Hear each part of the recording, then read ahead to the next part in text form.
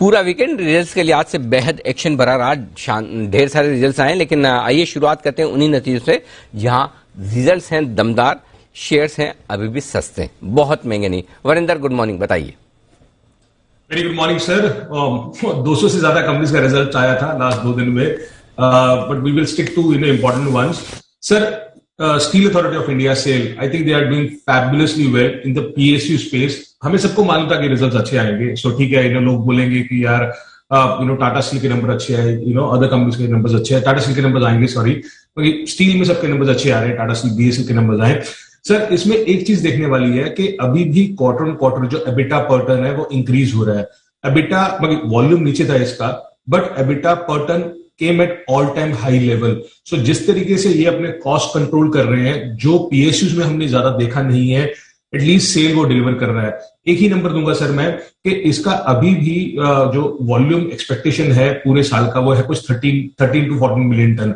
आज ये 20,000 पर टन कमाता है। इसके हिसाब से आज ही के भाव पे जो इसने डिलीवर किया है इस क्वार्टर में, इसके हिसाब से भी लगाया जाए तो कम से कम 26,000 करोड़ का इसका एबिटा आना चाहिए। 26,000 करोड़ का मतलब है अगर आप इसको 5 का भी मल्टीपल देते हैं ईवी एबिटा का, इसको 7 टाइम पे ट्रेड करता है, तो इसको पीएसयू करना अगर आप नीचे भी देते हो फॉर व्हाटएवर रीजंस, तो भी इसका जो मार्केट ईवी है वो 1,30,000 करोड़ होना चाहिए। डेट रिडक्शन हो रहा है, 5,000 करोड़ इसमें हुआ, 20,000 करोड़ का डेट रह जाएगा सर 1 साल के बाद। तब भी सर इसका market cap over 1 lakh crore होना चाहिए, जिसका मार्केट कैप अभी 60,000 करोड़ है। तो एज पर मी अभी भी विद 7% डिविडेंड यील्ड अभी भी ये बहुत सस्ता ट्रेड कर रहा है कंपेयर टू द बिगीज, और ये 50 मिलियन टन का कैपेसिटी की बात कर रहा है।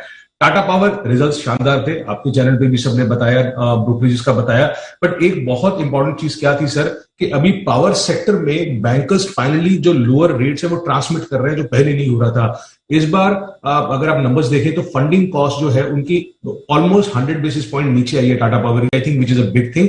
Of course coal realization help the company, EVs में वो काम कर रहे हैं, ईवी चार्जिंग में 40% मार्केट शेयर हो गया है, रिन्यूएबल एनर्जी ईपीसी में काम कर रहे हैं तो 10% से प्लस मार्केट शेयर हो गया है। But I think the more important thing take away for me was कि आज पावर सेक्टर में banks are ready to lend lower rate, जो पहले नहीं हो रहा था। बहुत महंगा स्टॉक नहीं है सर, 20-22 टाइम पे ट्रेड करता है। एल्केम लैब्स बहुत अच्छे नंबर थे। आफ्टर डॉक्टर रेड्डीज पीपल वो वरीड कि यार यूएस में क्या होगा, यूएस में किस तरीके से नहीं होगा, बट एल्केम लैब के नंबर्स बहुत शानदार है compare to what people were expecting. Around 550 crore EBITDA expected था सर, 600 करोड़ एबिटा आया। तो रिजल्ट्स एक्सपेक्टेशन से कम 20% ऊपर थे और 25 टाइम पे ट्रेड करता है। अगर मैं मिड कैप्स की बात करूं सर, तो one result which we really liked and Omkara has been bullish in this stock is global spirits. Sir, ये कंपनी जो है ना, ये हाईएस्ट कैपेसिटी है, मगर बलरामपुर से भी ज्यादा इसका कैपेसिटी है एथेनॉल में, और ये इंडिया की largest grain based distillery company है। अगर आप नंबर्स देखें quarter on quarter Y on Y बहुत अच्छे आए इस कंपनीज के, 26% मार्जिन हो गया है, लास्ट क्वार्टर 24% मार्जिन था, वाई एन वाई तो 17% ही था।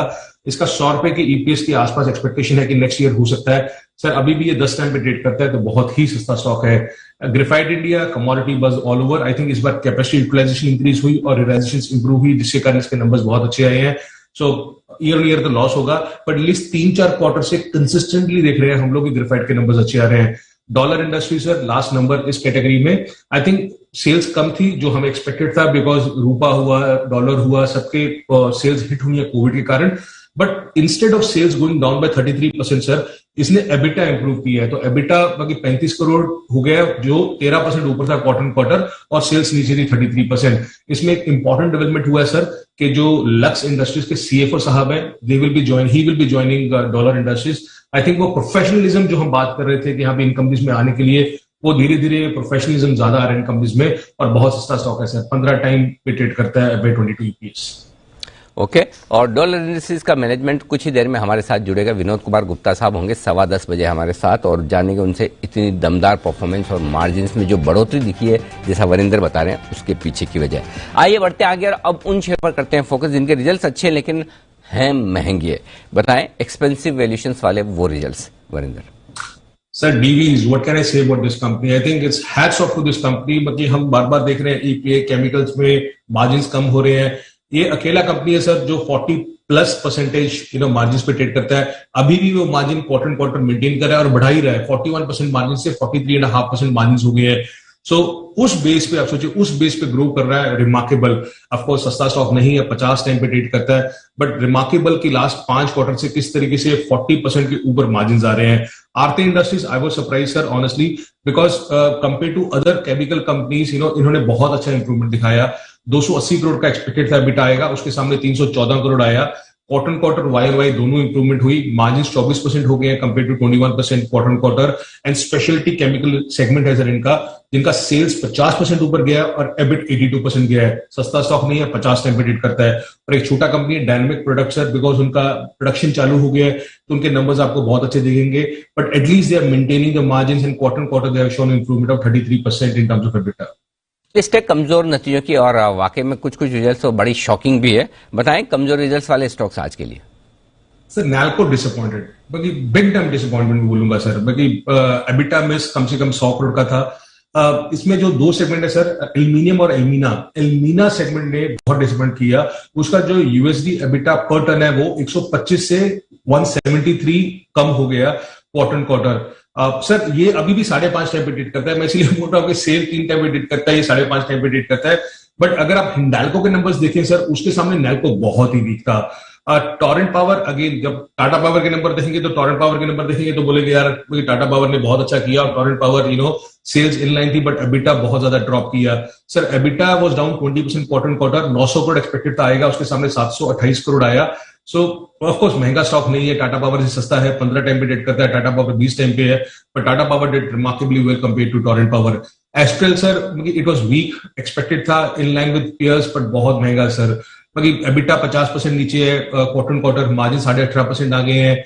95 टाइम्स पे ट्रेड करता है सर टीटीएम ईपीएस पे। तो आई डोंट नो कि यहाँ पे जब ग्रोथ नहीं आएगी तो इतना महंगा वैल्यूएशन सस्टेन होगा कि नहीं होगा। उज्जीवन स्मॉल फाइनेंस बैंक, क्या बोलूं सर इसके बारे में। इतना बड़ा राइट ऑफ लिया सर, 74 करोड़ के सामने 280 करोड़, और हाईएस्ट एवर जीएनपी रेशियो आई और नेट लॉस रिपोर्ट किया 7% से सर जीएनपी इस बार 9.8% चला गया उज्जीवन का। केमिकल्स में सर ये इंडिगो पेंट्स हुआ, सुदर्शन केमिकल्स हुआ, इन सब के नंबर खराब ही हैं। इंडिगो पेंट सर 100 टाइम पे 100 टाइम्स पे ट्रेड करता है, no reason why it should be, but sir इसका मार्जिन 18% होता था Y on Y, quarter quarter 17% होता था, उससे कम होकर 13% हो गया है। BEL, everyone was expecting कि BEL के नंबर्स खराब आएंगे सर, बट इतने खराब आएंगे ये सोचा नहीं था। अपने को मालूम है कि BEML ने भी एबिटा लॉस किया, बट सर 76% BEL के सेल्स नीचे आए और एबिटा 97% डाउन था। इसका कॉल है सर 10 बजे BEL का। I think a lot of clarity will come in terms of what management guidance will come from BEL। Otherwise 28% margin से 4% मार्जिन आ जाना क्वार्टर क्वार्टर में, it was horrible but as a said किसी ने भी ज्यादा report release नहीं किया क्योंकि 10 बजे कॉन कॉल है, उसको सुनिए, वो ज्यादा होगा। सर ये Amber Enterprise, Dixon, wonderful strong companies and everything, but इनका ग्रोथ नहीं आ रहा सर, कहीं से नहीं आ रहा। आई डोंट नो कि इतना महंगा वैल्यूएशन सस्टेन हुआ कि नहीं होगा। 70% एबिटा डाउन था। सेल्स सोच रहे थे कि 880-900 करोड़ के आसपास आएगी और 700 करोड़ सेल्स आया, तो खराब नंबर्स थे।